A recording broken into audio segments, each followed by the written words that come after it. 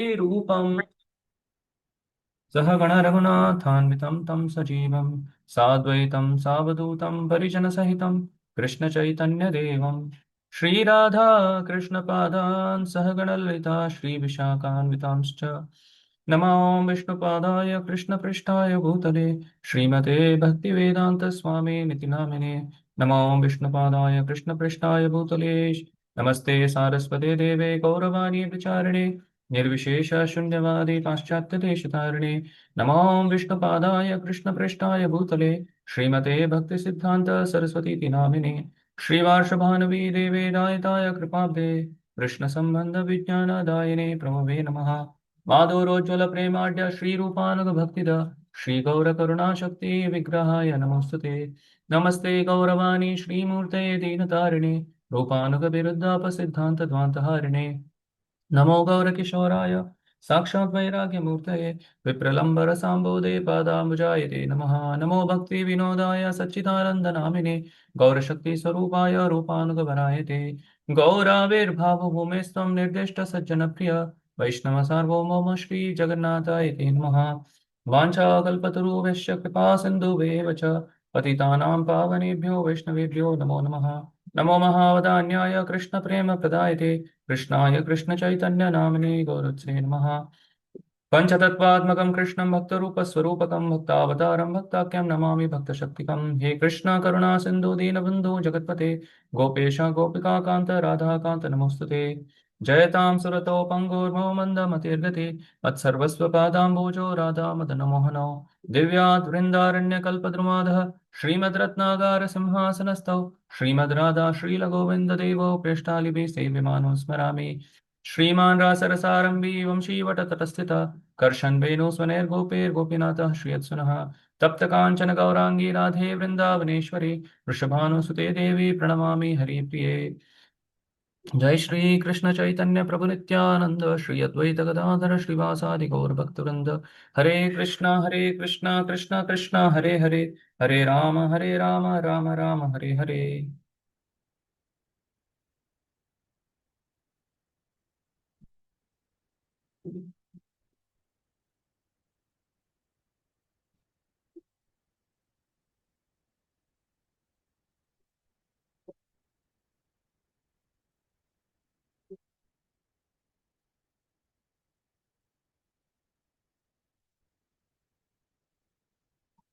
Yes,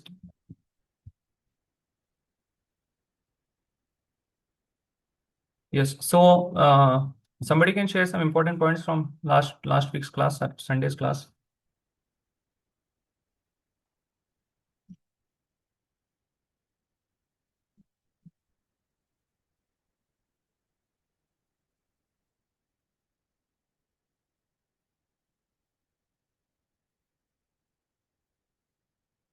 What was the last argument that Arjuna gave?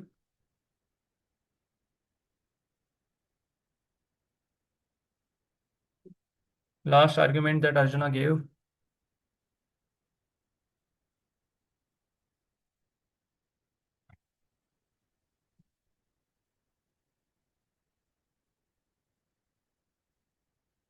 Hare Krishna Prabhuji, last argument was he could not take decision properly, no? Yeah, he was confused. He was not able to decide. So therefore, he tells Karpanya doshopahata swabhava. I am confused about my duty. So now please instruct me in 2.7. Arjuna tells to Krishna. Yes, indecision. So,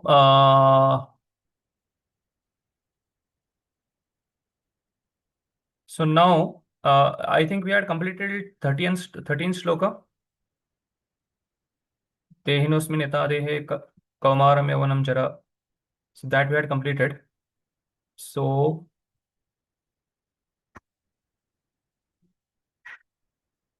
we'll continue. Uh,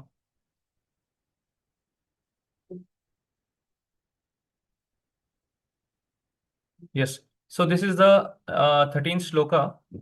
This is a translation as the embodied soul continuously passes. This is translation of 13th shloka.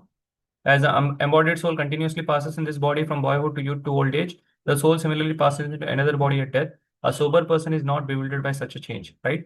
So can you just read this? This is some commentary from Srila Vishwanath Chakravarti Thakur and Srila Bhaktivedanta Rajavidyalaya. Yeah, from here.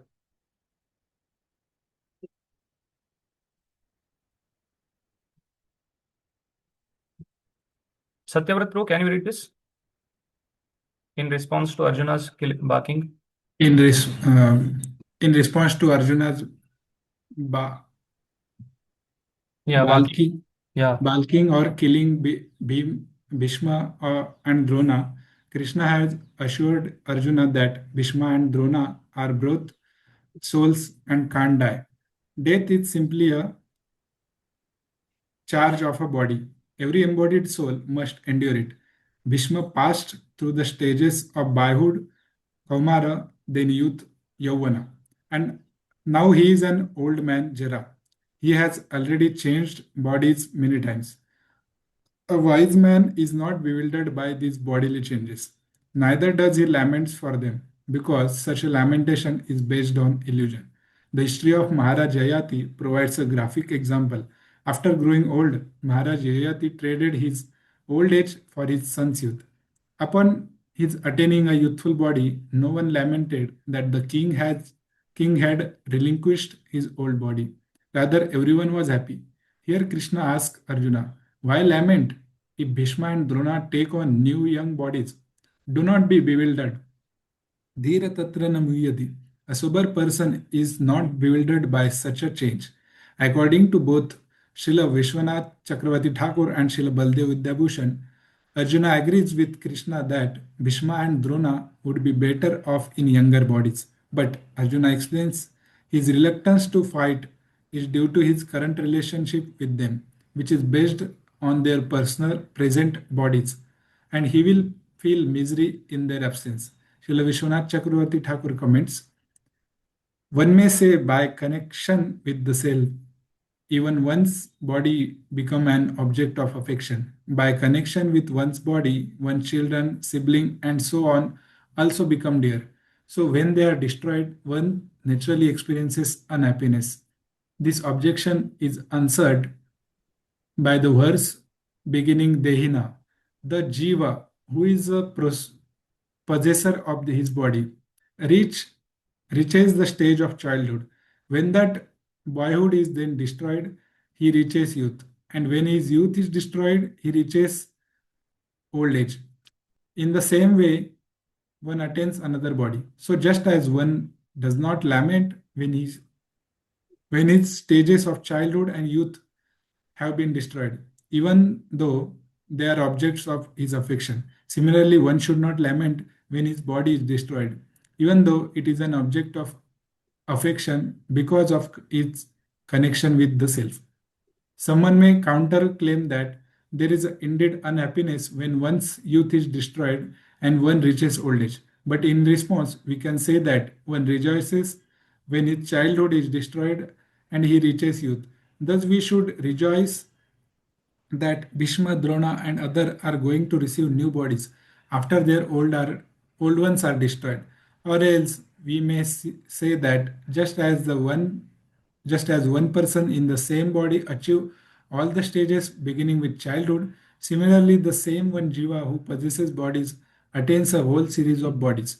Srila Baldev Vidyabhushan comments, one may say, although the souls who are now conditioned by the bodies of Bhishma and so on are eternal, it is natural that there be sorrow upon the destruction of their bodies, which were the facilities for their enjoyment. The answer is as follows. With the destruction of decrepit bodies of Bhishma and so on, they are going to receive new bodies. That should be a cause of rejoicing, just as was Yati's regaining his youth. Krishna's reply to this specific hesitancy of Arjuna in text 14. Yeah.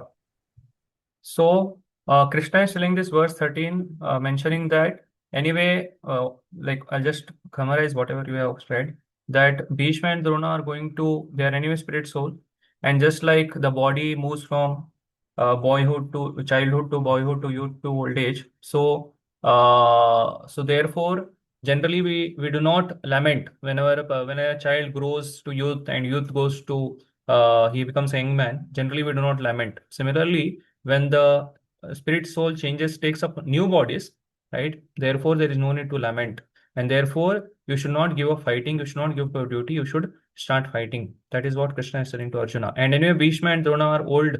They are already old and worn out, right? They are going to get new bodies. So therefore, you should be happy that you are fighting and they are going to get new bodies. Therefore, there is no need to lament. So then Arjuna may tell that, no, I am attached to them as my grandfather, as my guru, because they are in that particular body. I am attached to that. So therefore, then Krishna tells the next verse saying that that you need not be attached, right? Matra spashastu kaunteya. These are all dualities. This will come and go. So you should stand up and fight now. You should take up your duty, right? Without being attached, give up your attachment, right? Without being attached, now you are supposed to fight. That is what Krishna explains to Arjuna in the text 14, right? Text 14. मात्रा स्पर्शस्तु कौन्तेय शीतोष्ण सुखदुःखदा आगमापायिनो नित्यस्तां स्थितिक्षस्व Bharat. So matra sparshastu kaunteya. So sitoshna sukha dukkada. So in this world, as we live in this world, we basically experience dualities. And why is that dualities? What is the dualities due to? Dualities is due to matra sparshastu kaunteya, because of the touch of the senses with the sense objects. Due to sense perception, right? We experience dualities. Sometimes sitoshna sukha dukkada. What are the dualities we experience? Shita Ushna, there is cold, there is hot, Sukha, Dukkha, Mana, Apamana, right? So these are the dualities we experience in this material world due to sense perception. Matra Sparshastu Kaunteya, Shitoshna Sukha Dukkada, right? Agama Paino Anityas. What is their quality? Agamaya. Agama Paino Anityas. They come and go. Agama Apaino. They come, they go, and they are temporary. They are not permanent. Anitya. It's not Nitya, but it's Anitya. Agama Paino Nityas.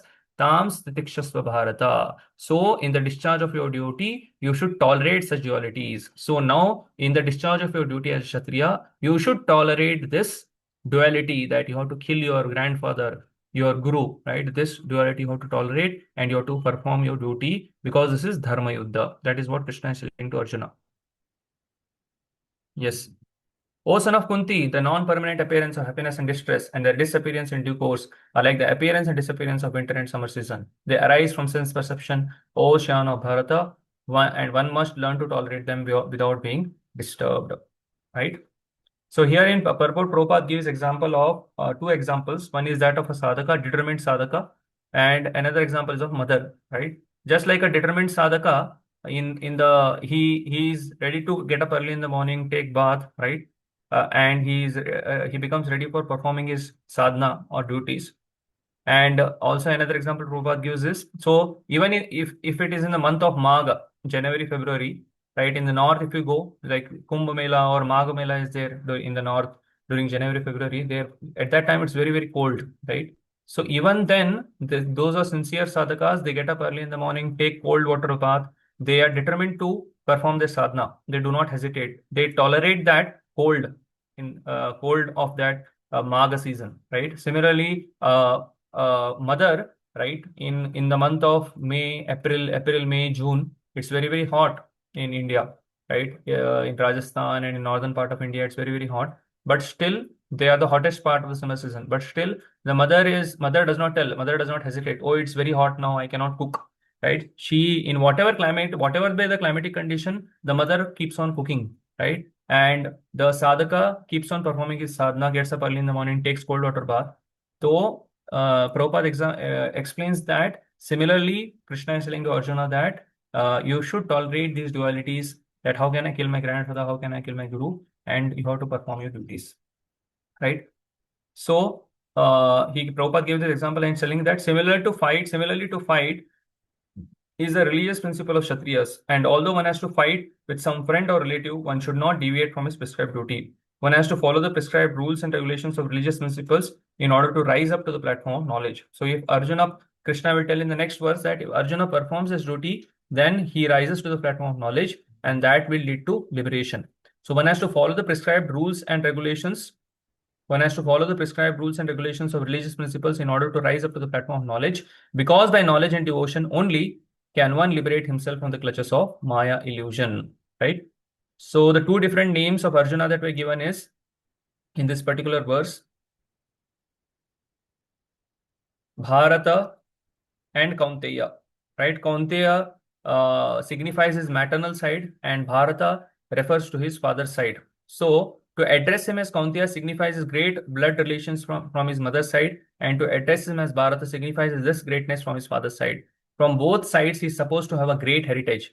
A great heritage brings responsibility in the matter of proper discharge of duties. Therefore, he cannot avoid fighting. So when Krishna is addressing him as Kaunteya, Bharata, so Krishna is telling that you have a great heritage, so you have to perform your prescribed duty as Kshatriya. You cannot avoid fighting, you cannot go back away from fighting, right? So therefore now Krishna is urging Arjuna that you stand up and fight, right? So now here if you see, Krishna is speaking about Shita Oshna and Sukha Dukkha. So now Shita Ushna is a physical distress, or they are basically, we have to tolerate them physically, Shita Ushna, which may be much easier, right? Whereas Sukha Dukkha is basically internally we should tolerate on the mental level or on the emotional level. They should, that is Sukha and Dukkha, Mana, Apamana, right? This has to be tolerated. So internal tolerance is much more difficult than physical tolerance. Physically, somebody may be able to tolerate. If he puts on a jacket, if it is very cold, he puts on a jacket, right? If it is very hot, then he puts on fan, AC. So therefore, physical tolerance is very, very easy. Everybody can do that. But if somebody can tolerate happiness, distress, mana, apamana, right? That is on a higher level. And that is what Krishna is focusing in the next verse also, that Sukha Dukkha has to be tolerated in the prescribed, in the, what is that? In the performance of a prescribed duties, right? If you're not able to tolerate, then you will not get knowledge, will not get rise about to the platform of knowledge. And if you don't rise to the platform of knowledge, then liberation is very, very, very difficult. Therefore, whatever we are doing, we may be working, we may be cooking at home, we may be taking care of children, right? Tolerance is very, very important, right? The internal tolerance is very, very important. Without that, it is very difficult to perform the prescribed duties, right? So here Prabhupada is explaining a great heritage brings responsibility in the matter of proper discharge of duties. Therefore, he cannot avoid fighting. So similarly, we also have a great heritage, right? We also have a great heritage of Guru Shishya Parampara. We have our spiritual masters. We have a great Acharya like Srila Prabhupada, Srila Bhaktivedanta Saraswati Thakur, Srila Gaur Das Babaji Maharaj, Srila Bhaktivedanta Thakur, and Srila Jagannath Das Babaji Maharaj. So we have a very, very great heritage, and we have been given this what is that great heritage or culture of Krishna consciousness to us. We never desired it, right? By their mercy, we have got it. So therefore, it brings on us great responsibility, right? That we have been given the four regulative principles, the chanting of Hare Krishna Mahamantra. So this is our responsibility to serve, right? To do our sadhana properly. So therefore, this we cannot avoid. That is this responsibility of following four regulative principles, chanting of Hare Krishna Mahamantra. So there is a great responsibility that is given. We have been given great responsibility. If we follow it, then we rise to the platform of knowledge and liberation is guaranteed. But if you are not able to follow it due to miserly weakness or due to weakness of heart, then we cannot rise to the platform of knowledge, and then liberation becomes very, very difficult, right? So here Krishna, connection to the next verse, here Krishna instructs Arjuna not to lament, but to tolerate. Arjuna should not forsake his duty because of the temporary pains and pleasures that arise. So that is what is the message of this particular verse, that Arjuna should fight. So we will move on to the next verse, text 15, where there is in the previous verse there was Sita Ushna Shukha Dukkha, but here Krishna is further focusing on Sukha Dukkha only, because that is much more difficult than physically tolerating the Shita Ushna, right? So text 15. Yam hina vyatayante te purusham purusharshava samadukka sukham dhiram swamritatvaya kalpate. So what is Krishna further telling that? So if you tolerate, what is the result? That is what Krishna is telling in 15th verse.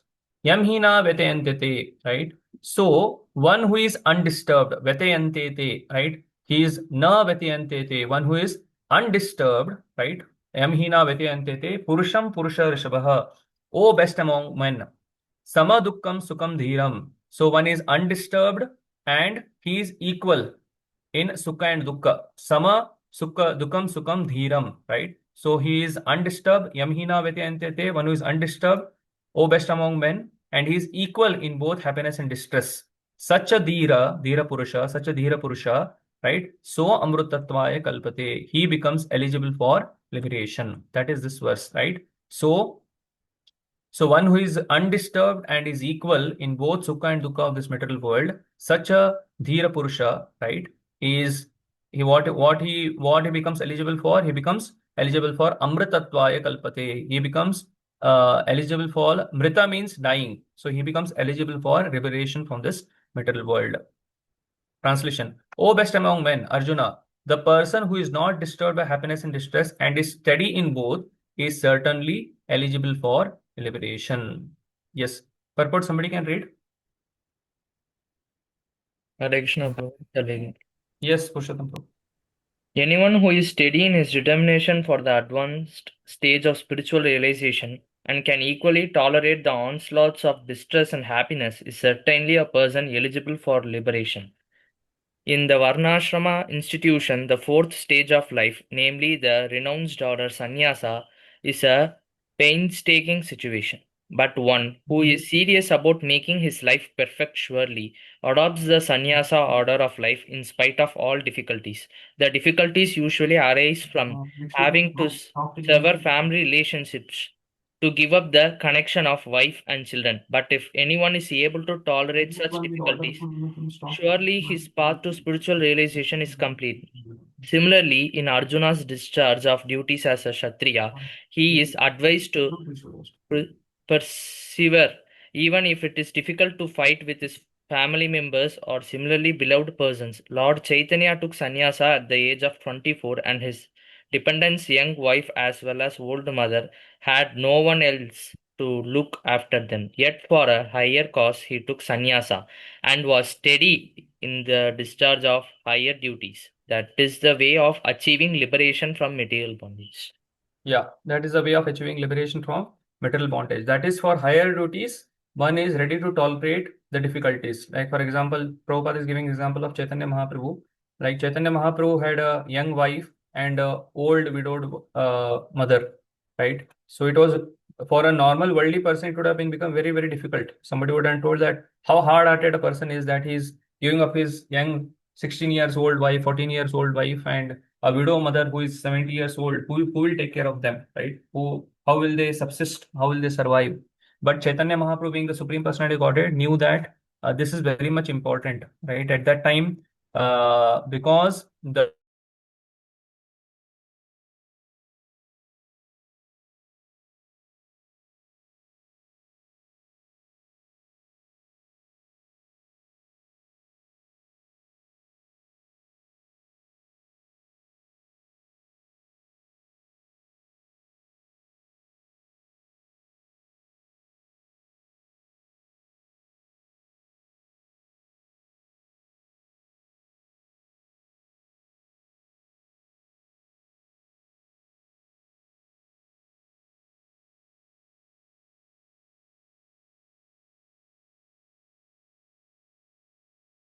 difficulties that arise, the internal difficulties, external difficulties that arise, we should learn to tolerate them.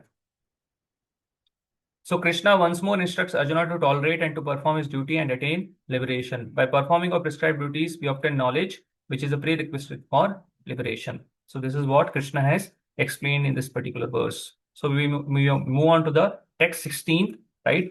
So here from text 13 to text 30, Krishna again and again tells the same thing, that the soul is indestructible, right? The body is destructible. There is a difference between the soul and the body, and how, without being attached to the body, right, one should perform his prescribed duties. That is what now the continuous, this from text number 16 to 30, this is what Krishna again and again emphasizes to Arjuna, right?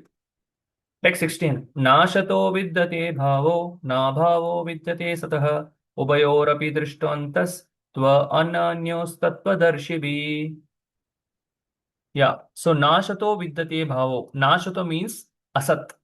So asat is nasato. Nasato means the asat is it does not have any endurance, or asat here means the material body, right? Or the material objects, or the material body, or the temporary objects of this material world, right? They do not have any endurance, right? They do not have any endurance means they are going to be destroyed one or the other day, right? So nashato vidyate bhavo, right? So here what Krishna is telling is that asato na bhavo, nashato vidyate bhavo means for the material body there is no endurance. Na bhavo vidyate satah, and satah, right? Satah means that is a spirit soul. There is no change. Na bhavo, there is no change for the satah, the spirit soul. The spirit soul is unchangeable, and the material body does not have any endurance. It is sure to be destroyed, right? So upayorapi drishtantas tva anyonyos tattvadarshibhi. So tattvadarshibhi, right? What tattvadarshibhi knows? So tattvadarshibhi, one who has seen the truth, understands this particular truth, or understands this particular conclusion, or has come to this particular conclusion that the body has no endurance, or the material objects have no endurance. They are going to destroy one or the other day, and the soul cannot be destroyed, and it is unchangeable, right? So that is this verse regarding the body and the spirit soul. Those who are serious of the truth have concluded that of the non-existent, that is the material body, there is no endurance, and of the eternal soul, there is no change. This they have concluded by studying the nature of both. By studying the nature of both, they have concluded this particular truth, right? Yes, purport.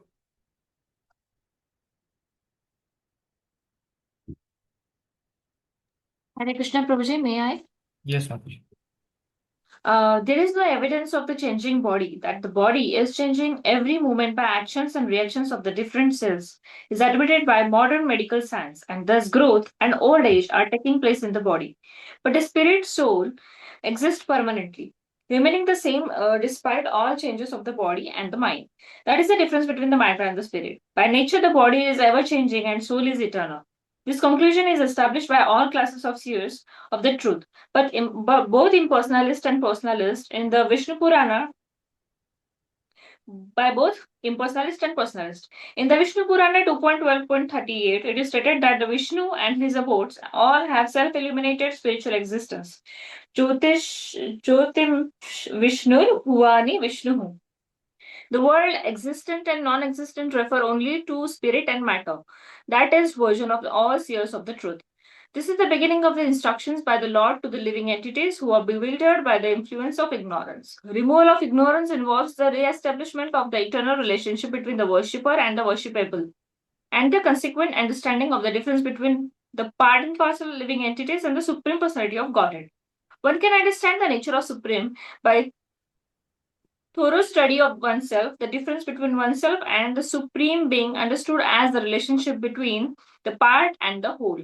In the Vedanta Sutras, as well as in the Srimad Bhagavatam, the Supreme has been accepted as the origin of all emanations. Such emanations are experienced by superior and inferior natural sequences. The living entities belongs to the superior nature, as it will be revealed in the 7th chapter. Although there is no difference between the energy and the energetic. The energetic is accepted as the supreme, and the energy is the nature is accepted as the subordinate. The living entities, therefore, are always subordinate to the Supreme Lord.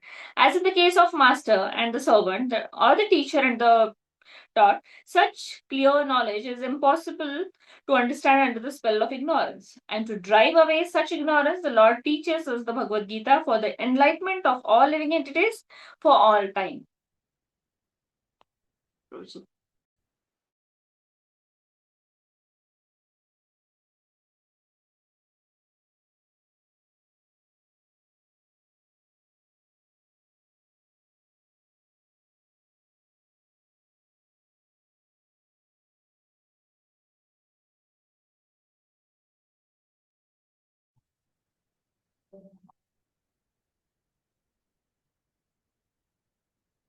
Mataji, you have completed reading the purport?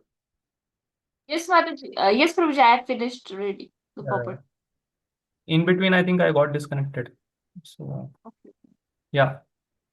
So now here, as we have discussed, that Prabhupada is explaining how the what is that? There is a difference between the body and soul, and how here also it is explained that we should understand the difference between the worshipable and the worshipper. How the living entity is always part and parcel of the Supreme Personality of Godhead, and never the living entity can become one with the Supreme Personality of Godhead, right?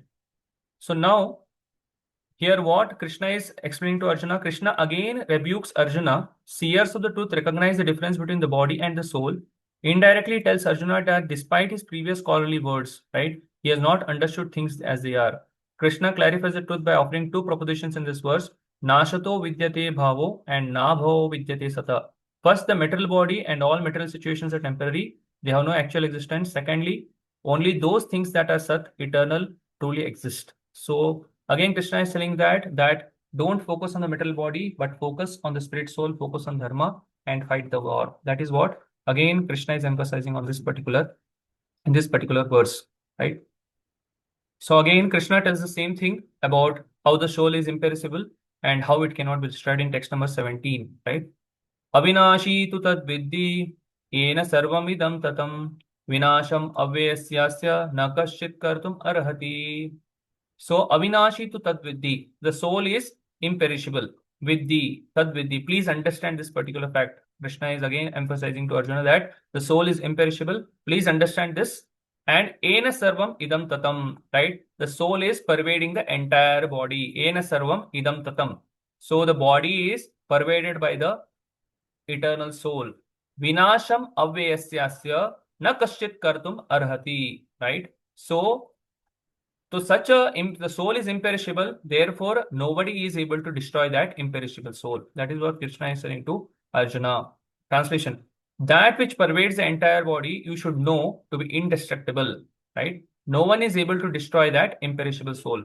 So Krishna is saying that the soul is pervading the entire body, it is indestructible, and because it is indestructible, nobody can destroy that soul. That is what Krishna is saying to Arjuna, that whether you fight or not fight, right, the soul is anyway not going to be destroyed. The soul of Bhishma, Drona is not going to get destroyed. And whether you fight or not fight, I am going to destroy them. I am going to kill them. Whether you kill them, but whether you kill them or not, I am going to kill them anyway. By the time they are going to get destroyed, their time comes, they are going to get destroyed. So now, because they are on the adharmic side, because they are on the side of Duryodhana, so now it is your responsibility as a noble king that you should destroy them. You should kill them and win this war. Yes. Purport? Hare Krishna Prabhu. Yes. Since may I? Yeah. This verse more clearly explains the real nature of the soul, which is spread all over the body. Anyone can understand what is spread all over the body. It is consciousness. Everyone is conscious of the pains and pleasure of the body in part or as a whole. The spreading of consciousness is limited within one's own body. The pain and pleasure of one body are unknown to another. Therefore, each and every body is the embodiment of an individual soul, and the symptom of the soul's presence is perceived as individual consciousness. The soul is described as 1/10,000 part of the upper portion of the hair point in size. The Shweta Varaha Upanishad 5.9 confirms this. Balagra sata bhagasya shatadha kalpitasya cha bhaga jiva sa vigyeha sa chanantaya kalpate. When the upper point of the hair is divided into 100 parts, and again each of such parts is further divided into 100 parts, each such part is the measurement of the dimension of the spirit soul. Similarly, the same verse is stated, Keshagra shatabhagasya shatamsha satrashatmakaha jiva sukshma sarupoyam shankhyatito hi chitkana.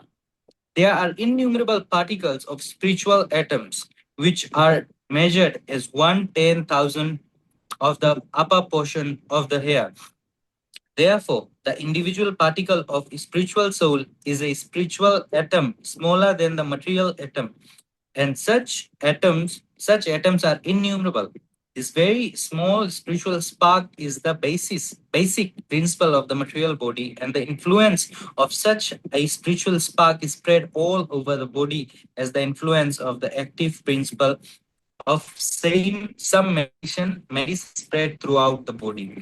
This current of the spirit soul is felt all over the body as consciousness, and that is the proof of the presence of the soul. And any layman can understand that the material body minus consciousness is a dead body, and consciousness cannot be revived in the body by any means of material administration. Therefore, consciousness is not due to any amount of material combination, but to the spirit soul. In Mukunda Upanishad 3.1.9, the measurement of the atomic spirit is further explained. Esho anur atma chetasha veditavyo yasmin prana panchadha samveshah pranai chittam sarvamotam prajanam yasmin vishuddhe vibhavati yesha atma. The soul is atomic in size and can be perceived by perfect intelligence. This atomic soul is floating in the five kinds of the air: prana, apana, vayana, samana, and uddhana. Is situated within the heart and it spreads its influence all over the body of the embodied living entities. When the soul is purified from the combination of the five kinds of the material air, its spiritual influence is exhibited.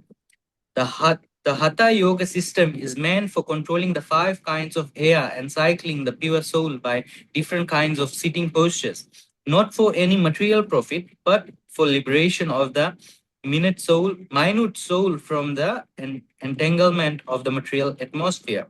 So the constitution of the atomic soul is admitted in all Vedic literatures, and it is also actually felt in the practical experience of any sane man. Only the insane man can think of this atomic soul as the pervading Vishnu Tattva. The influence of the atomic soul can be spread all over the particular body according to the Mukunda Upanishad. This atomic soul is situated in the heart of every living entity. And because the measurement of the atomic soul is beyond the power of appreciation of the material scientist, some of them assert foolishly that there is no soul. The individual atomic soul is definitely there in the heart along with the super soul. And thus all the energies of bodily movement are emanating from this part of the body. The corpuscle which carry the oxygen from lungs gather energy from the soul. When the soul passes away from this position, the activity of the blood generating fusions ceases. Medical science accepts the importance of the red corpuscles, but it cannot ascertain that the source of energy is the soul. Medical science, however, does admit that the heart is the seat of all energies of the body. Such atomic particles of the spirit whole are compared to the sunshine molecules.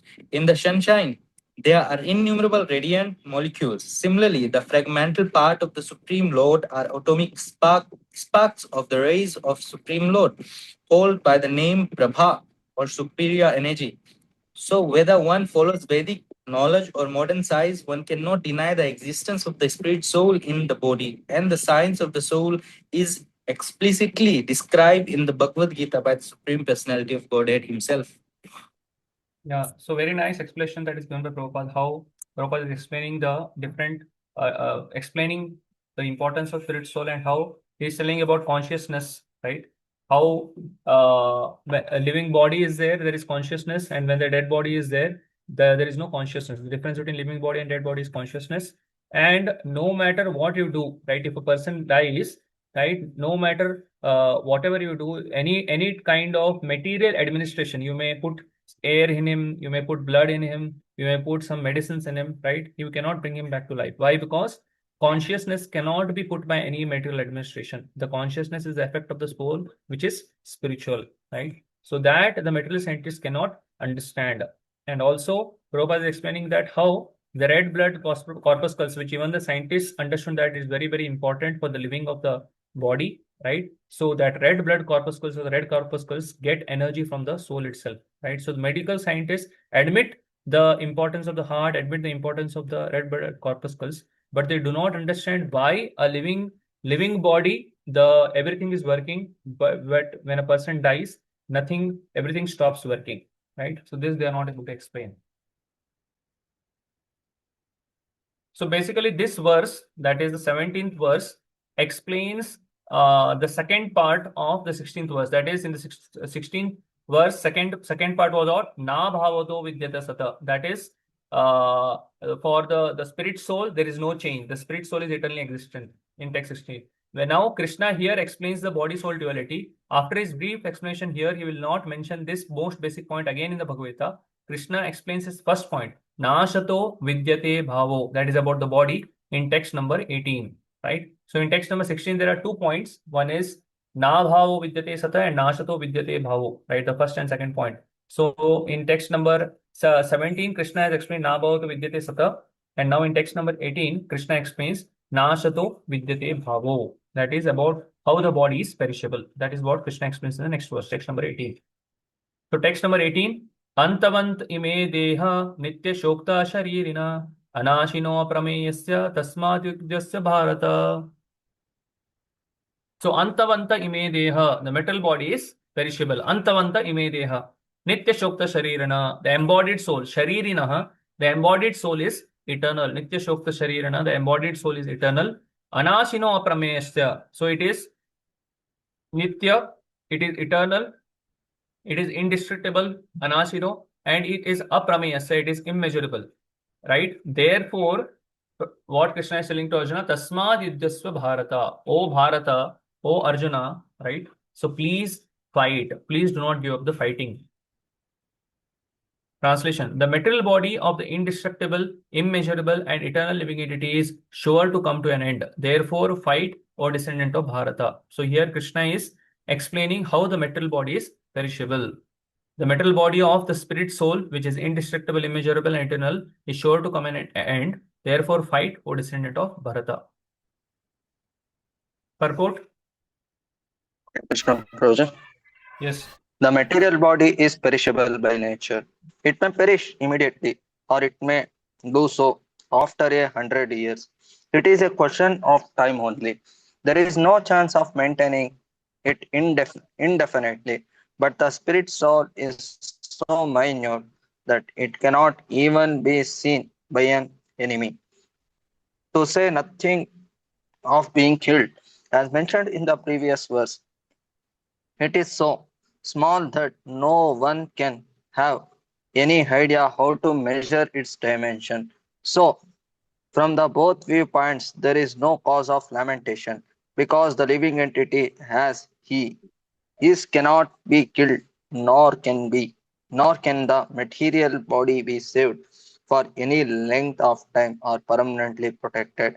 The minute particle of whole spirit acquires this material body according to his work, and therefore observance of religious principles should be utilized.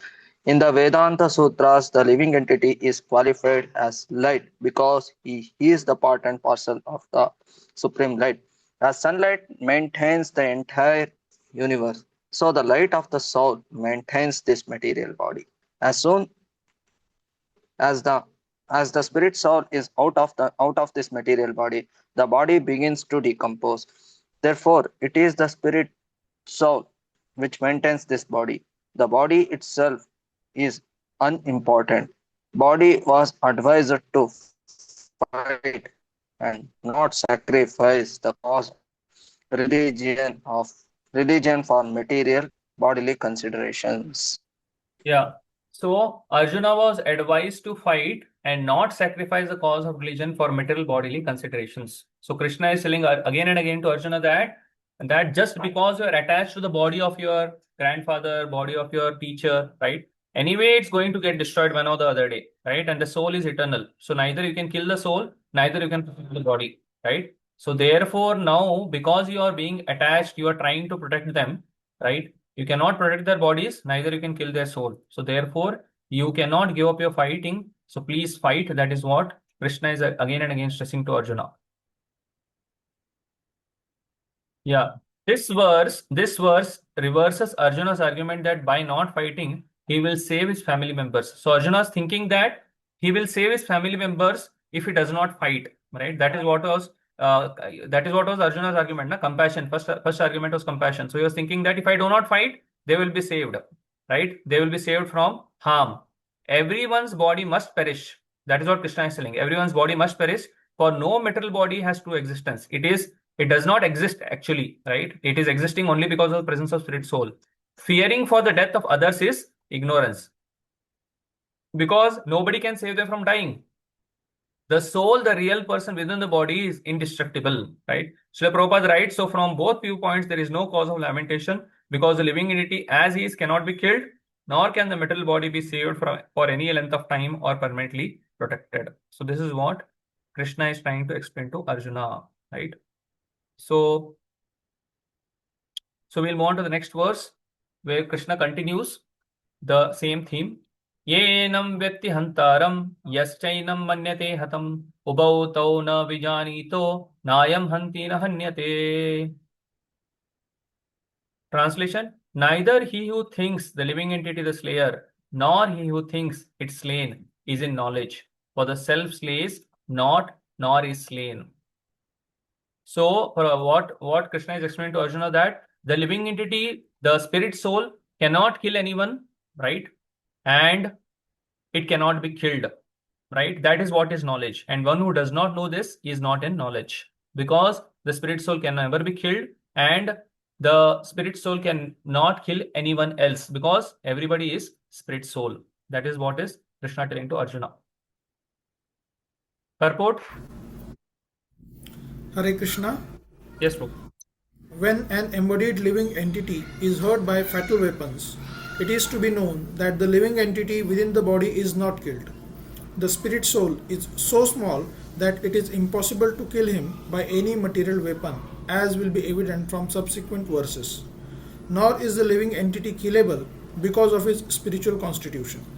What is killed or is supposed to be killed is the body only. This, however, does not at all encourage killing of the body. The Vedic injunction is Mam himsyat sarvabhutani. Never commit violence to anyone. Nor does understanding that the living entity is not killed encourage animal slaughter. Killing the body of anyone without authority is abominable and is punishable by the law of the state as well as by the law of the Lord. Arjuna, however, is being engaged in killing for the principle of religion and not whimsically. Yes. Yeah.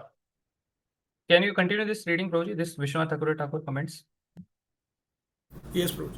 Srila Vishwanath Chakravarti Thakur comments, the self is neither the subject of the act of killing nor its object.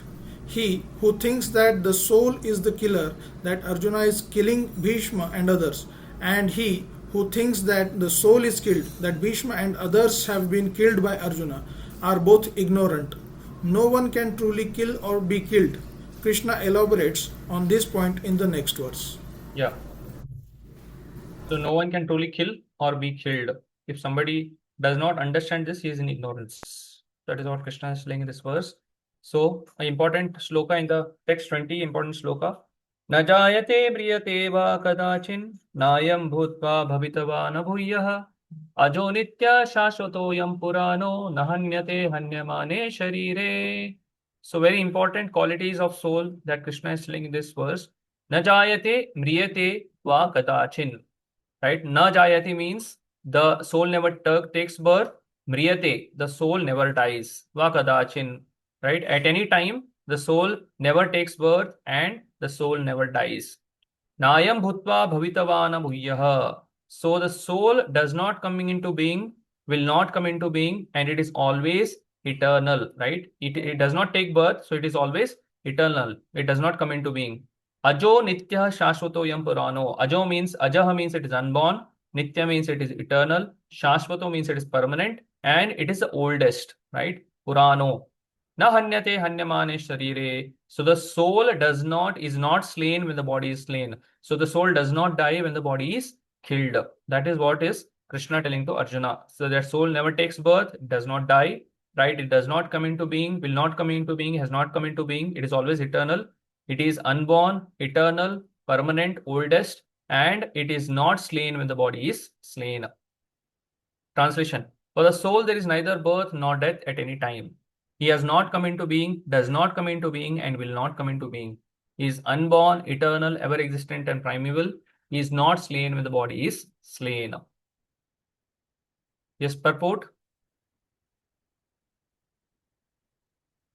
No, qualitatively, the small atomic fragment part of Supreme Spirit is one with the Supreme. He undergoes no changes like the body. Sometimes the soul is called the steady kutastha. The body is subject to six kind of transformation.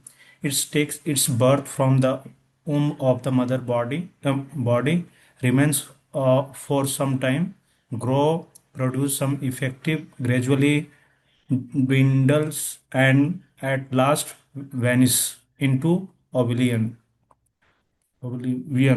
The soul, however, does not go through such changes. The soul is not born, but because he takes on a material body, the body takes its birth. The soul does not take birth there, and the soul does not die. Anything which has birth also has death. And because the soul has no birth, he therefore has no past, present, and future. He is eternal, ever existing, and primeval. That is, there is no trace in history of his coming into being. Under the impression of the body, we seek the history of the birth, etc., of the soul. The soul does not at any time become old as the body does. The so-called old man, therefore feel himself to be in the same spirit as in his childhood or youth. The changes of the body do not affect the soul. The soul does not deteriorate like a tree, nor anything material. The soul has no byproduct either. The byproduct of the body, namely children, are also different individually soul, and owing to the body, they appears as children of particular man. The body develops because of the soul present, but the soul has neither of suits nor change. Therefore, the soul is free from the six changes of the body. In the Katha Upanishad 1.2.18, we also find the similar passage which reads, "Na jayate mriyate va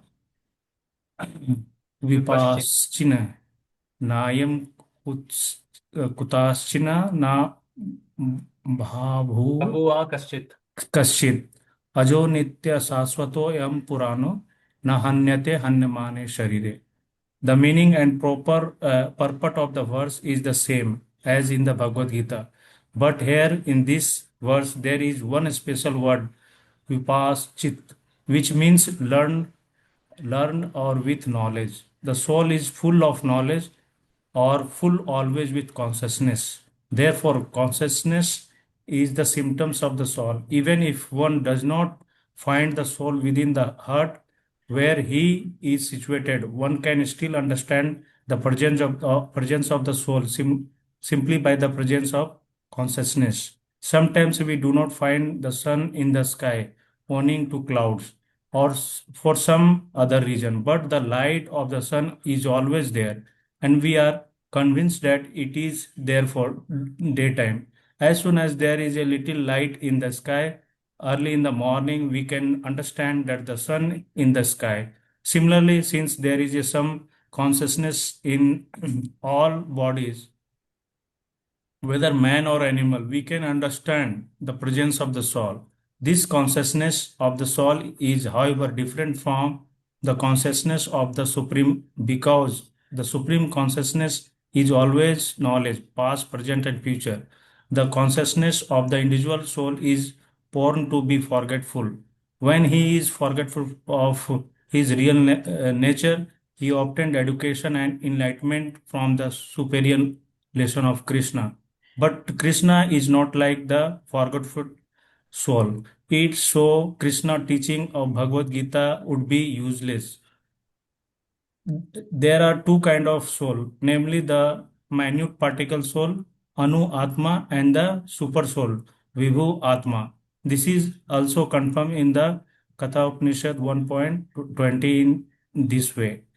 Anor Aniyam Mahato Mahiyan Atmasya Jantoro निहितो गुह्यं तम अक्रातु पश्याति विता शोक धातु प्रसदन महिमानम आत्महं. Both the Supreme Soul, Paramatma, and the atomic soul, Jivatma, are situated on the same tree of the body, within the same heart of the living being, and only one who has become free from all material desire, as well as lamentation, can, by the grace of the Supreme, understand the glory of the soul. Krishna is the fountain head of the super soul. Also, as it will be disclosed in the following chapter, and Arjuna is the atomic soul, forgetfulness of his real nature.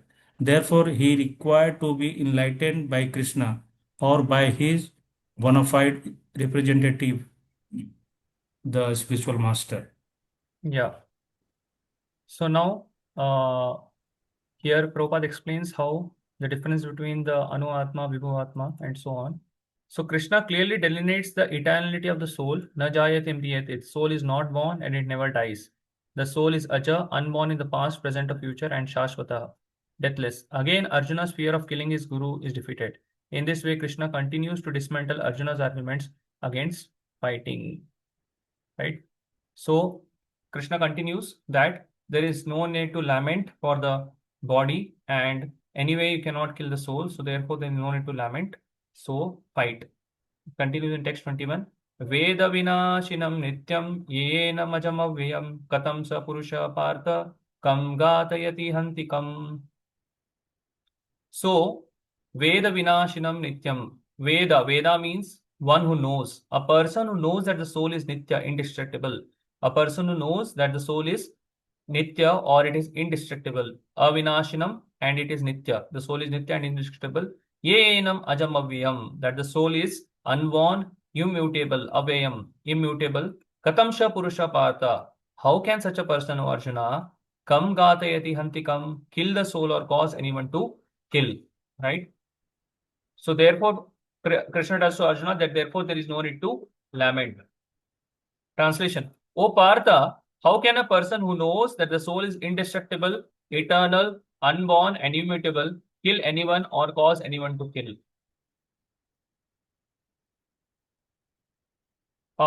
Actually, there is a lot of noise here. I'll just bring some headphones so that the noise will not create disturbance. Just 2 minutes, I'm bringing a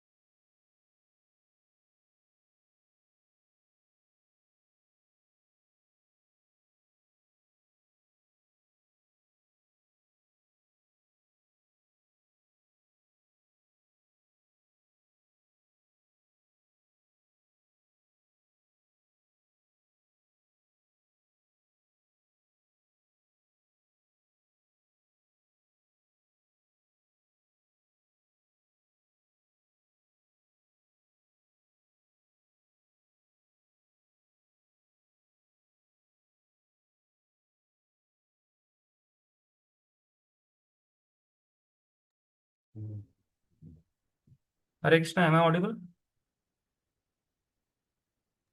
Yes, Yes, Prabhu. Yes, Prabhuji. Yes, Yeah. Prabhuji, you are audible. Yes.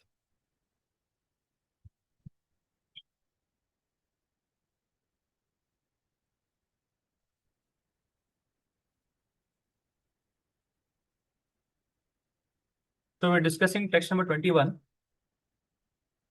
So where it tells us that, O Partha, how can a person who knows that the soul is indestructible, eternal, unborn, and immutable, kill anyone or cause anyone to kill?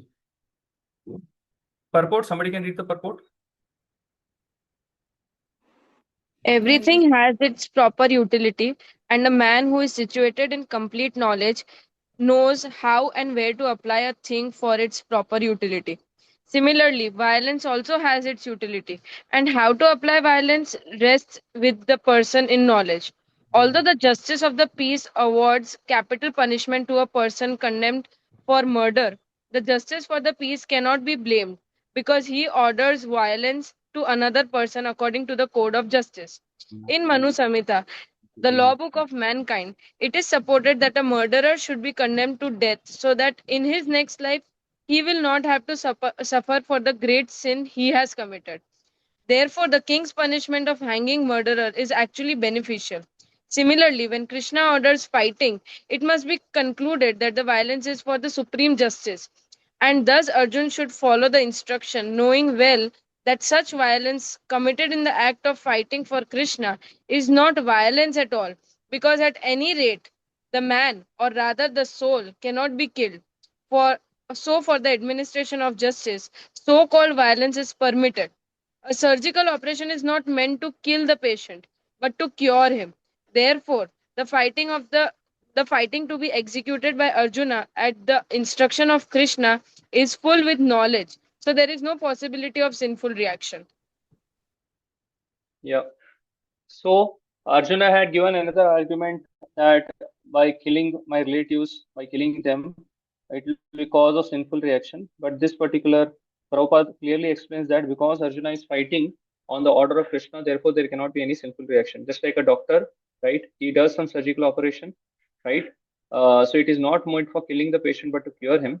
Similarly, the violence here that Arjuna is doing, that violence is required to establish dharma for the administration of justice. Just like a miscreant has to be killed by the law. So similarly, here Krishna is the lawmaker, right? Uh, Krishna knows what is dharma. Whatever Krishna says is dharma. So when Krishna is telling to Arjuna that kill your relatives because they are on the dharmic side, that is what is dharma for Arjuna. And by following that, it will not cause sinful reaction for Arjuna. Yeah, somebody can continue this reading. Mataji, continue this also. Krishna here offers. Yes, Krishna here offers Arjuna's Gnan, knowledge.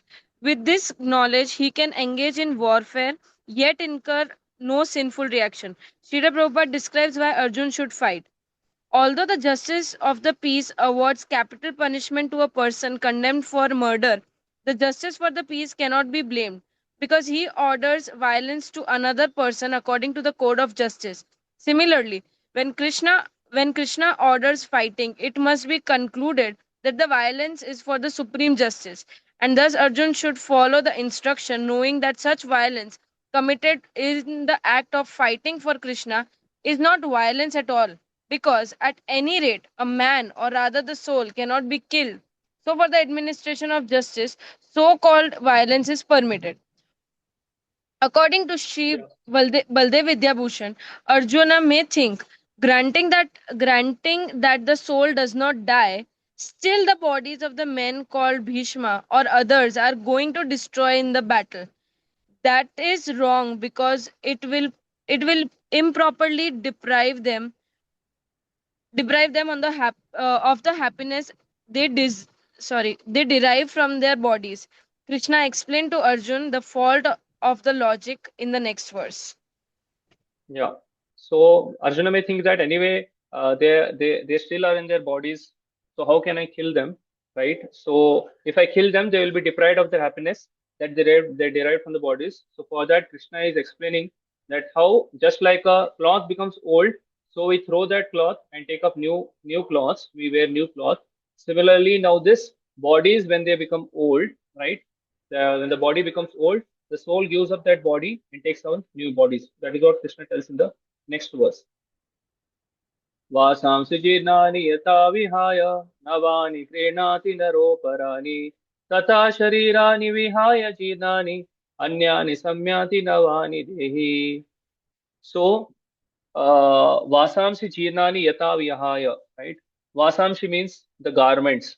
So as soon as they become old and worn out, as soon as the cloth becomes old and worn out, what happens is uh, the person gives up that old and useless clothes, and what he does, navani krinati naroparani, he takes up new clothes, right? He takes up new clothes. So just like a person who gives up old clothes, old and useless clothes, and wears a new cloth, similarly, what the spirit soul does, tata sharirani vihaya jirnani. As soon as the sharirani, right? As soon as the sharira becomes old and useless, vihaya jirnani. So what the spirit soul does, gives up that old and useless body and takes on navani dehi, takes up new bodies. As a poor person puts on new garments, giving up old ones, the soul similarly accepts new metal bodies, giving up the old and useless ones. Right? Yeah. Purport. Very nice purport of Srila Prabhupada. Please, somebody can read.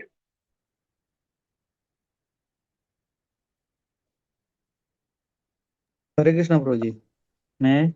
Yeah, yes, yes, please. Change of the body by the atomic individual soul is an accepted fact. Even the modern scientists who do not believe in the existence of the soul, but at the same time cannot explain the source of energy from the heart, have to accept continuous changes of the body which appear from childhood to boyhood and from boyhood to youth and again from youth to old age. From old age, the change is transferred to another body. This is already been explained in the previous verse 2.13. Transference of the atomic individual soul to another body is made possible by the grace of the super soul. The super soul fulfills the desire of the atomic soul as one friend fulfills the desire of another. The Vedas like the Munduka Upanishad as well as the Satyasar Upanishad compare the soul and the super soul to two friends, two friendly birds sitting on the same tree. On the birds, one of the birds, the individual atomic soul is eating the fruit of the tree, and the other bird, Krishna, is simply watching his friend. Of these two birds, although they are the same in quality, one is captivated by the fruits of the material tree, while the other is simply witnessing the activities of his friend. Krishna is the witnessing bird, and Arjuna is the eating bird. Although they are friends, one is still the master and other is the servant. Forgetfulness of this relationship by the atomic soul is the cause of one's changing his position from one tree to another or from one body to another. The Jiva soul is struggling very hard on the tree of the material body. But as soon as he agrees to accept the other word as the supreme spiritual master, as Arjuna agreed to do by voluntarily surrender unto Krishna for instruction, the subordinate parts immediately become free from all lamentations. Because both the Manduka Upanishad 3.1, 3.1.2 and Swatasar Upanishad 4.7 confirm this. Samane vrikshe Samani purusho Vikshe. Samane vrikshe purusho nimagno निशाया शोचति मुह्यमानः जुष्टं यदा पश्यत्य अन्यम् ईशम् अस्य महिमानम् इति बीता शोकः. Although the two birds are in the same tree, the eating bird is fully engrossed with anxiety and moroseness as the enjoyer of the fruits of the tree. But if in some way or other he turns his face to his friend, the Lord, and knows his glories At once the suffering bird becomes free from all anxieties. Arjuna has now turned his face towards his eternal friend Krishna and is understanding the Bhagavad Gita from him. And thus, hearing from Krishna, he can understand the supreme glories of the Lord and be free from lamentation. Arjuna is advised herewith by the Lord not to lament for the bodily change of his old grandfather and his teacher. He should rather be happy to kill their bodies in the righteous fight so that they may be cleansed at once of all reactions from the various bodily activities. One who lays down his life on the sacrificial uh, altar or in the proper battlefield is at once cleansed of bodily reactions and promoted to a higher status of life. So there was no cause for Arjuna's lamentation. Yeah, Prabhupada finally he concludes by telling us that, yeah, one minute. So Arjuna, Prabhupada is finally concluding, telling, if you see this purport is the summary of all whatever we discussed. That Arjuna is herein advised by the Lord not to lament for the bodily change of his old grandfather and his teacher. He should rather be happy to kill their bodies in the righteous fight, so that they may be cleansed at once of all reactions from various bodily activities. One who lays down his life on the sacrificial altar in the proper battlefield is at once cleansed of bodily reactions and promoted to higher state of life. So there was no cause for Arjuna's lamentation. So this is what is the final conclusion of the final summary of whatever Krishna is trying to tell Arjuna and whatever we discussed till now, right? Yeah. Changing bodies is inevitable. Again, Arjuna's refusal to fight will not protect Bhishma, Drona, or anyone else on the battlefield from having to change bodies. Thus, Arjuna's reasoning is at once is once more defeated by Krishna. Yeah. So in text 23, 24, and 25, in these three verses, because Arjuna is Kshatriya, Arjuna is a fighter, so Krishna is trying to explain about the spirit soul in a way Arjuna can understand, right? So that is what Krishna is telling. In a way, Arjuna understands about the spirit soul in a Kshatriya spirit in verses number 23, 24, and 25, right?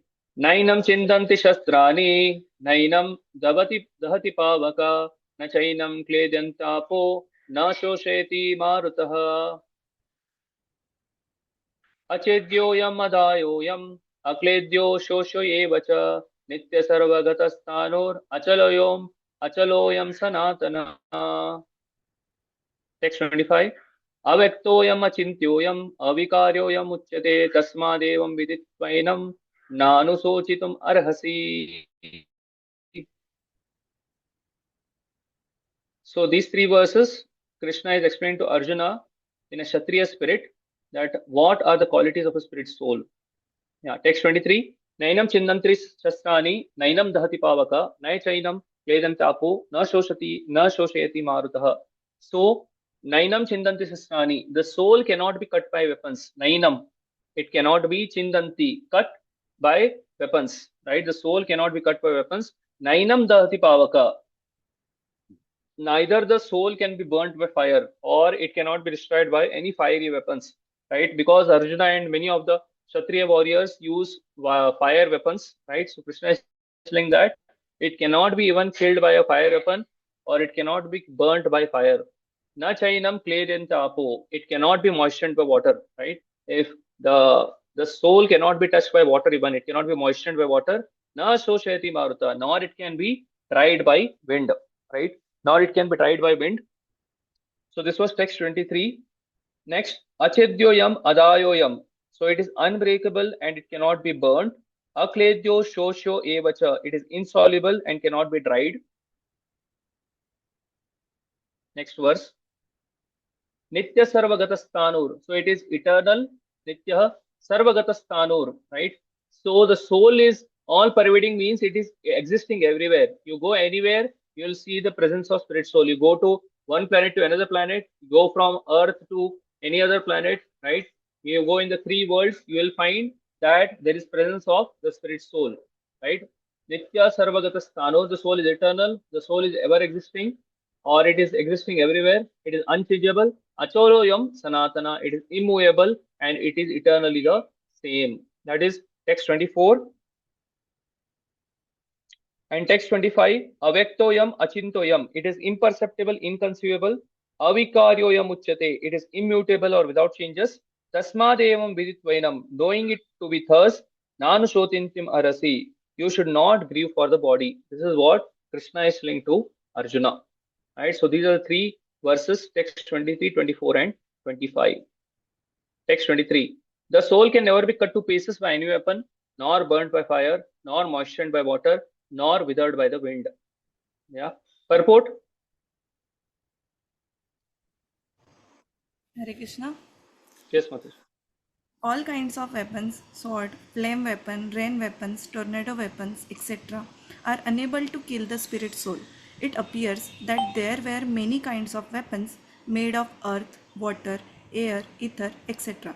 In addition to the modern weapons of fire, even the nuclear weapons of the modern age are classified as fire weapons. But formerly, there were other weapons made of all different types of material elements. Fire weapons were counteracted by water weapons, which are now unknown to modern science. Nor do modern scientists have knowledge of tornado weapons. Nonetheless, the soul can never be cut into pieces nor annihilated by any number of weapons, regardless of scientific devices.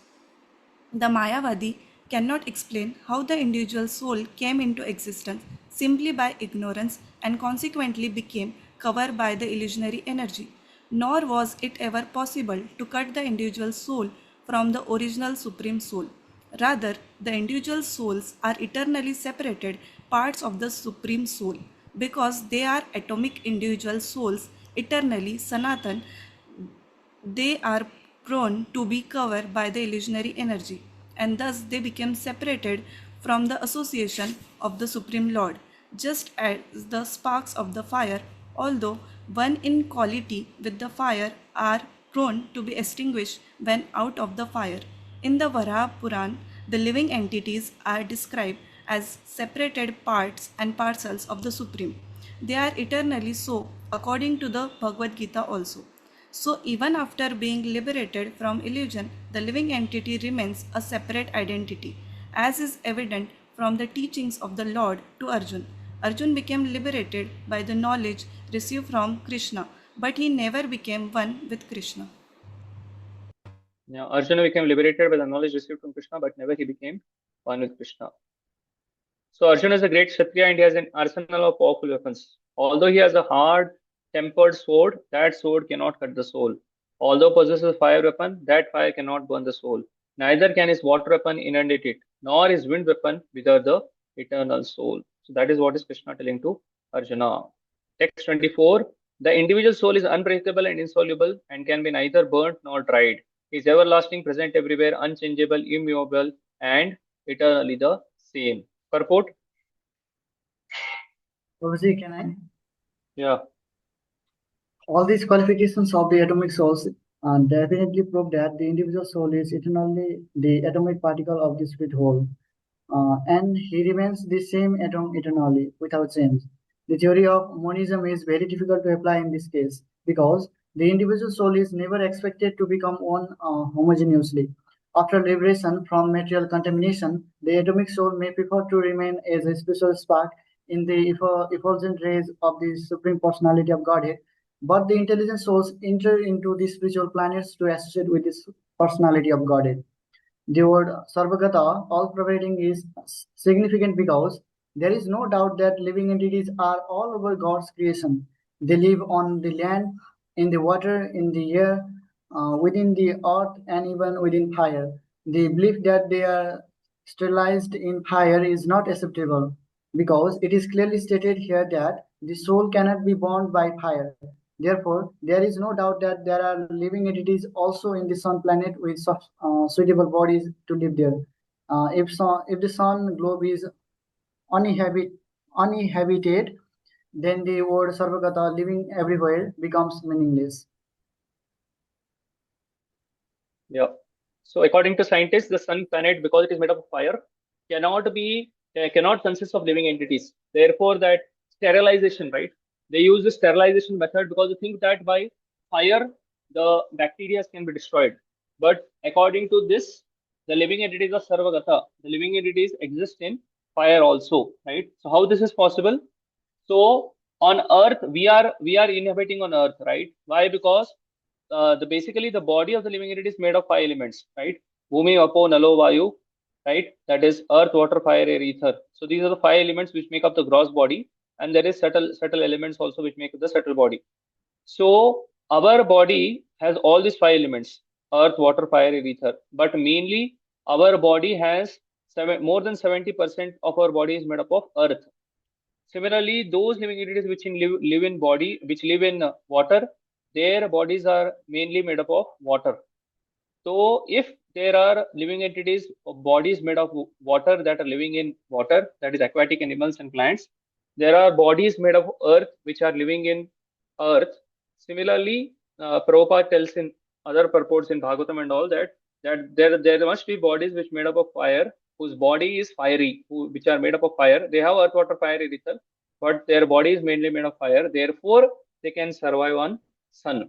If we cannot survive on sun because our body is mainly made of earth, so therefore we are meant to be living on earth.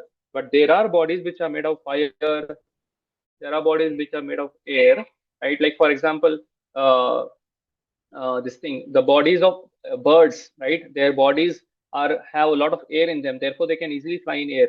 So therefore, similarly, there are living entities whose bodies are made of fire, which can survive in fire, right? So therefore, the scientists' theory that there cannot be living entities in fire, there cannot be living entities on other planets, proves false here, right? Text 25. Already we have seen the sloka. We'll see the translation.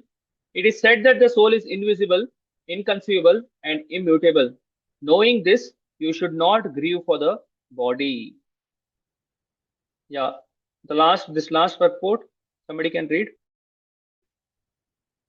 of this particular section.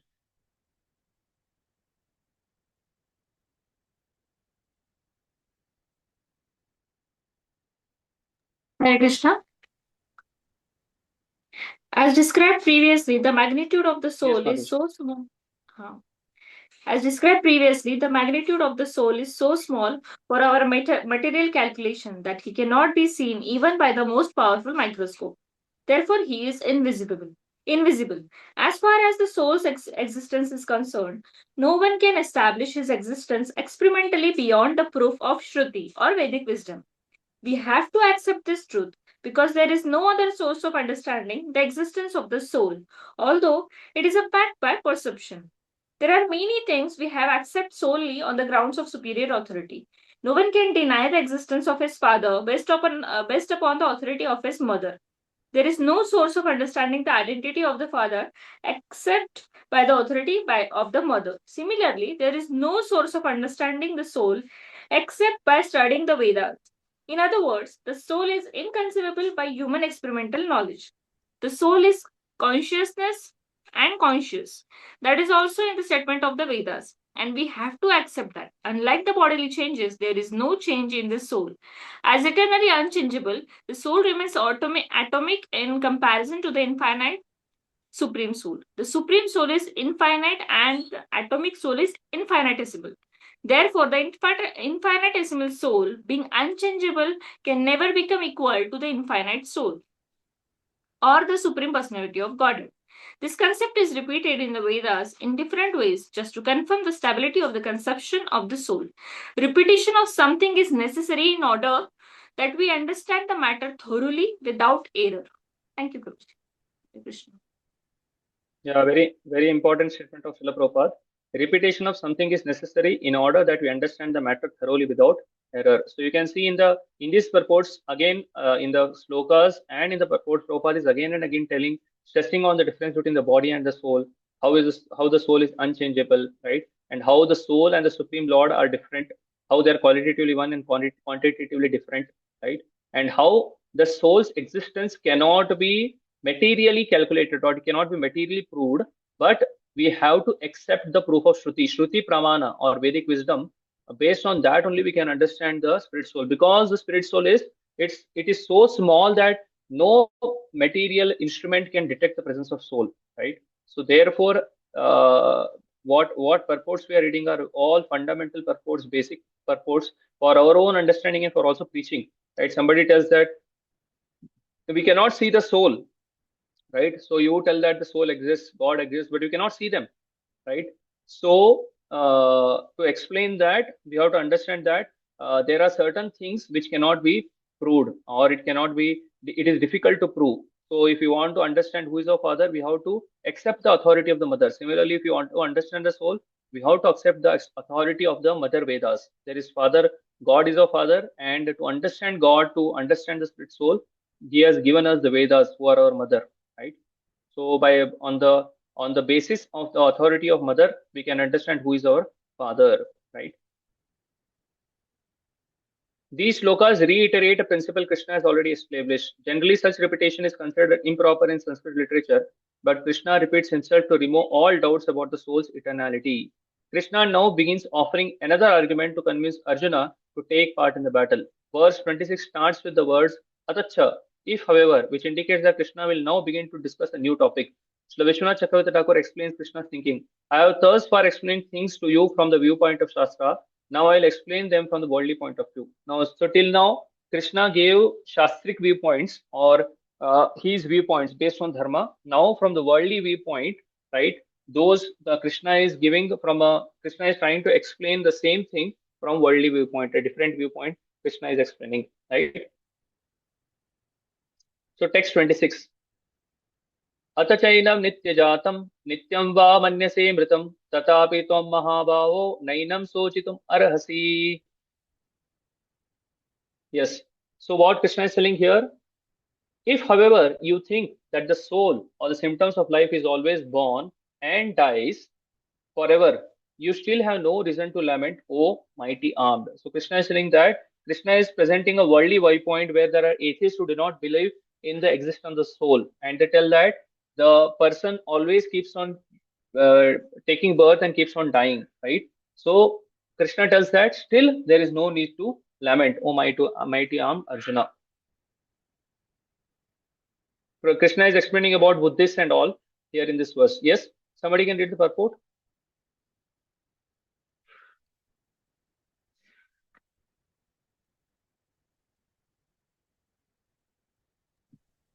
There is always a class of philosophers, almost akin to the Buddhists, who do not believe in the separate existence of the soul beyond the body. When Lord Krishna spoke the Bhagavad Gita, it appears that such philosophers existed, and they were known as the Lokayatikas and Vaibhashikas. Such philosophers maintain that life symptoms take place at a certain mature condition of material combination. The modern material scientist and materialist philosophers also think similarly. According to them, the body is a combination of physical elements, and at a certain stage, the life symptoms develop by interaction of the physical and chemical elements. The science of anthropology is based on the philosophy. Currently, many pseudo-religions now becoming fashionable in America are also adhering to this philosophy, as are the nihilistic, non-devotional Buddhist sect. Even if Arjun did not believe in the existence of soul, as in the Vaibhashika philosophy, there would still have been no cause of lamentation. No one laments the loss of the certain bulk of chemicals and stop discharging his prescribed duty. On the other hand, in modern science and scientific warfare, so many tons of chemicals are wasted for achieving victory over the enemy.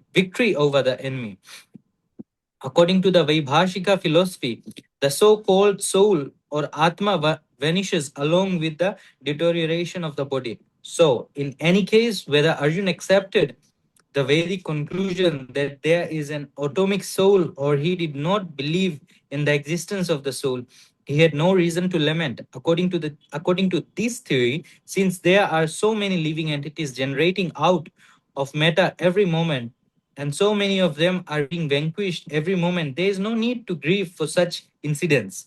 If there were no rebates for the soul, Arjun had no reason to be afraid of being affected by the sinful reactions due to his killing his grandfather and teacher. But at the same time, Krishna sarcastically addressed Arjun as Mahabahu, mighty arm, because he, at least did not accept the theory of the Vaibhashika, which leaves aside the Vedic wisdom.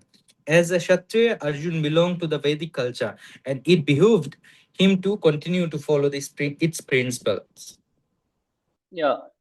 So, so here Krishna is telling that even if Arjuna did not believe in the existence of soul, he just believed, just like Vaibhasikas and all these philosophers, Buddhists and all, which believe that the soul exists as long as it is in the body, and after that there is no existence of the soul.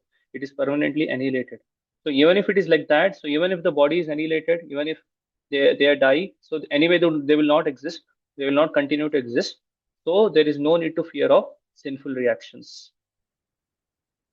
Yeah, Krishna first explained the soul's eternality in the previous verses till text number 25. Now he argues on the basis of principles presented by other philosophers, namely atheists and Buddhists. Krishna thus checkmates Arjuna by telling the presence of the soul. If the soul is present, you have to fight. Even if you don't agree that the soul exists, still you have to fight. If all the assembled warriors are factually eternal souls, no one will die on the battlefield, and Arjuna should therefore do his duty and fight. If no soul exists and life is simply the result of chemical combination, then still Arjuna should do his duty and fight. If Arjuna accepts the argument for the non-existence of soul, then he should not be afraid to fight. After all, how can be a killer of a combination of chemicals? After all, how can he be a killer of combination of any chemicals? Thus, whether the soul exists or not, Arjuna should not lament but should fight. Therefore, Krishna explains this verse number 26. Right? Text number 27. जातस्य हि ध्रुवो मृत्युर् ध्रुवं जन्म मृतस्य च तस्माद् अपरिहार्यर्थे न त्वं शोचितुम् अर्हसि. Translation: one who has taken his birth is sure to die, and after death, one is sure to take birth again. Therefore, in the unavoidable discharge of your duty, you should not lament. So Krishna is telling that that which has taken his birth is sure to die, and after death, one is sure to again take birth. Therefore, in the unavoidable discharge of your duty, you should not lament. Purport.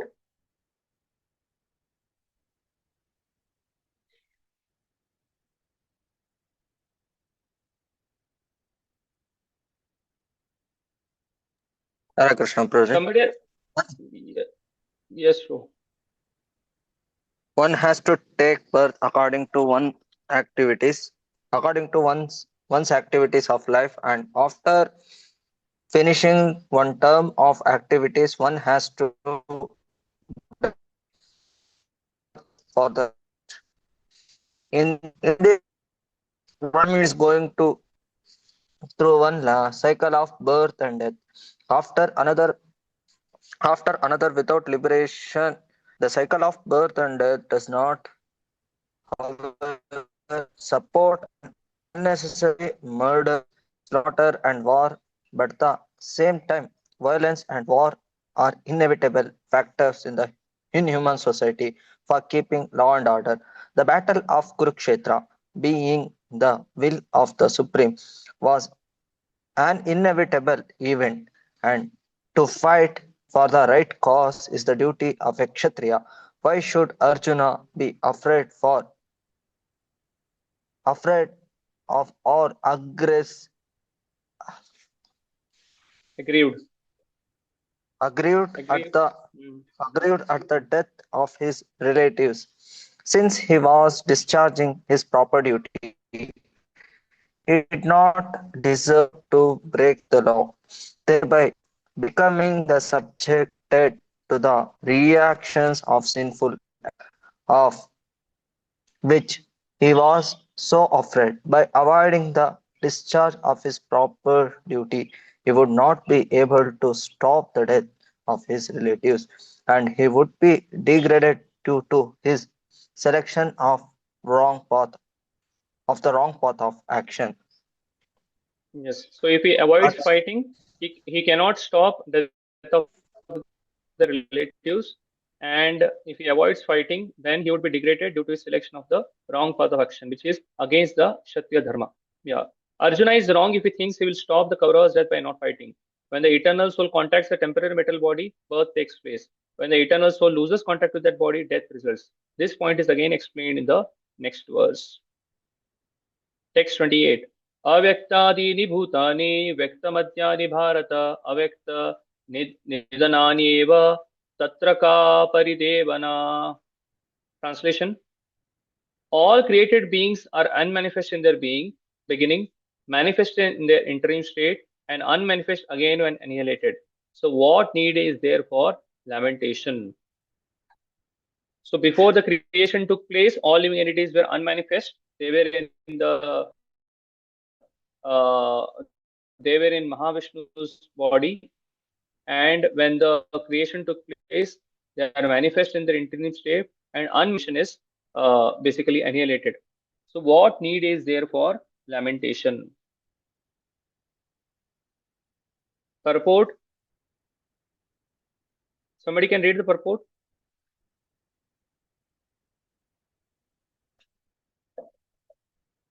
Hare Krishna, Guruji.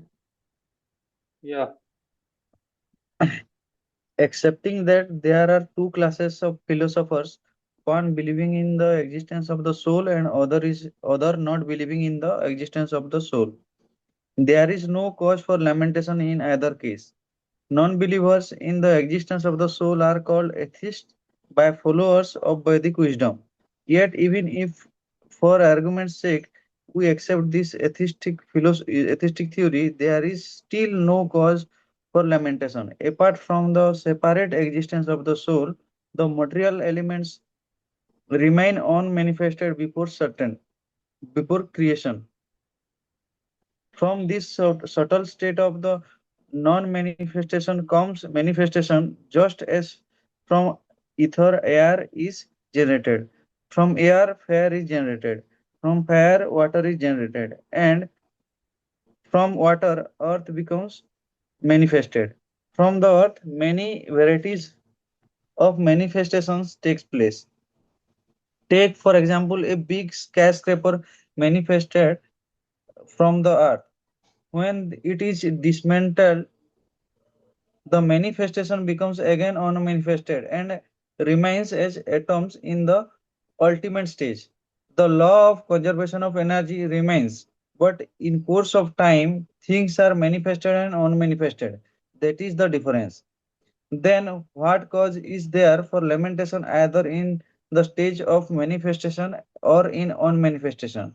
Somehow or other, even if the unmanifested stage things are not lost, both at the beginning and at the end, all elements remains unmanifested, and only in the middle are they manifested, and this does not make any real material difference. And if we accept the Vedic conclusion as stated in the Bhagavad Gita that these material bodies are perishable in due course of time, anta antavanta ime deha, but that the soul is eternal, nityas yokta Sari Sariri Naha. Then we must remember always that the body is like a dress. Therefore, we lament the changing of the dress. The material body has no factual existence in relation to the eternal soul. It is something like a dream. In a dream, we may think of flying in the sky or sitting on a chariot as a king. But when we wake up, we can see that we are neither in the sky nor seated on the chariot. The Vedic wisdom encourages self-realization on the basis of the non-existence of the material body. Therefore, in either case, whether non-believers in the existence of the soul or one does not believe in the existence of the soul, there is no cause for lamentation for loss of the body. Yeah, so whether one believes in the existence of soul or does not believe in the existence of soul, there is no cause for lamentation for the loss of the body. Till text number 25, Krishna explained about the existence of the soul, and from text number 26, 27, 28, Krishna explained how even if one does not believe in the existence of soul, one believes only in the material body, still there is no need to lament. So Krishna has just said that Arjuna should fight whether he believes in an eternal soul possessing a metal body or that's no soul, only a body exists. This verse explains that whether or not we believe in the soul, the material body was previously unmanifested. Now for some time the body is manifest, and in the future it will again become unmanifested. The body must be annihilated. What is the use therefore of lamentation? Arjuna should fight regardless of what knowledge of the soul he accepts as true. Jnana describing the difference between the body and soul continues until text 30. Verse 29 is the amazing verse, right? How verse 29 explains how the soul is amazing. Text 29. आश्चर्यवत् पश्यति कश्चिदेनम् आश्चर्यवत् वदति तथैव चान्यः आश्चर्यवच्चैनमन्यः शृणोति श्रुत्वापि एनं वेद न चैव कश्चित्, right? So whether we see pashyati, right? If we see the spirit soul, it is amazing. Ascharyavat pashyati kashidenam, right? Tataiva chanya, right? While describing it, vadati, right? If one speaks of it, it is ascharyavat vadati tataiva chanyaha. Ascharyavat chainam anya shanoti. If somebody hears about it, that is ascharya, it's amazing, right? Shrutvapi enam veda na chaiva kaschit, right? So somebody describes it, somebody hears about it, somebody sees it, one can understand that the spirit soul is amazing. So some look on the soul as amazing, some describe him as amazing, some hear of him as amazing, while others, even after hearing about him, cannot understand him at all. Somebody describes it, somebody looks on the soul as amazing, somebody describes him as amazing, somebody hears of him as amazing, while others, even after hearing about him, cannot understand him at all. Right? Before going to the purport, we'll see text number 30 and we'll get back to text number. We'll just, if you have time, we'll see the purport. Text number 30. Dehi nityam avadyoyam dehe sarvasya bharata tasmat sarvani bhutani natvam sotutam arhasi. O descendant of Bharata, he who dwells in the body can never be slain. Therefore, you need not grieve for any living being. O descendant of Bharata, he who dwells in the body cannot be slain, he cannot be killed. Therefore, you need not grieve for any living being. Right? So, this completes these verses till text number 30. You can just go through the purport, and if you have any doubts, you can ask me in the next class. Before that, just 5 minutes, if anybody has any doubts regarding what we discussed today, you can ask. Otherwise, we'll conclude. Please go through the purports of 29 and 30, because this, I want to complete it this section. Otherwise, again, going through the same thing will take time. Therefore, we have completed this section wherein Krishna explains Arjuna or refutes his argument of compassion that Arjuna had given, right? So from text 31 to 38, we will again see Arjuna's second argument. Yeah, somebody has any questions?